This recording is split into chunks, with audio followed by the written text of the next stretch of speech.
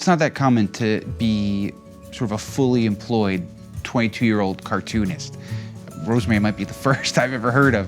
I read comics forever, and I didn't make the connection for a very long time that if these books physically existed, ostensibly it was someone's job to make them. There are real people out there in the world that are doing this. Maybe I can too? Minneapolis is a great place for young artists, specifically young cartoonists. Some of the biggest names in mainstream superhero comics are here. Some of the biggest names in terms of alternative autobio comics are here.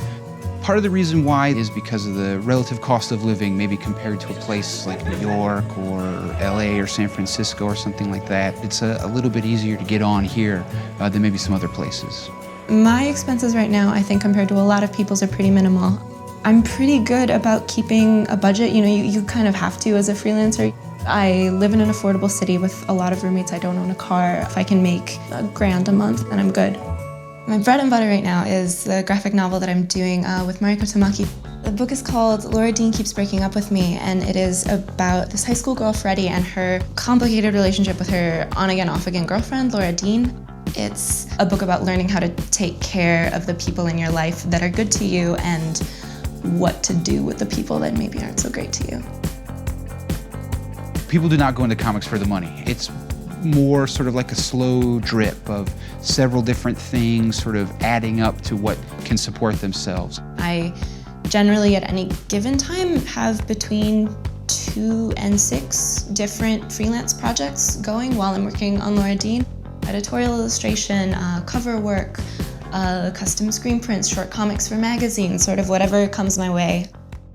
I don't think I know a single person who is my age that does not have multiple jobs. It's very easy to overwork yourself because you don't have the option not to, especially if you're just starting out. Like, no one's gonna pay you enough to live, so you have to take on more work than you can physically do just so you can make enough money to get yourself through the end of the month. It's a lot of, physical stress too. If you don't have the right posture, if you don't have the right setup for your own body, you could very, very, very easily break yourself. And I remember hearing that something was wrong with your hand. Yeah, right? yeah. I fucked up my hand really badly. Like, I went and saw a doctor and she was like, if you don't rest it, you're gonna do some permanent damage, so stop for a while.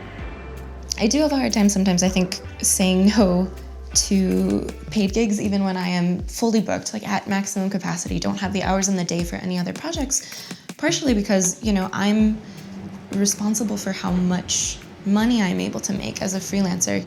Last year, I only worked full-time half the year. I was sort of doing part-time freelance in between finishing up my last year of college. I made about $30,000 a year, and this year, it's probably going to be at least double that.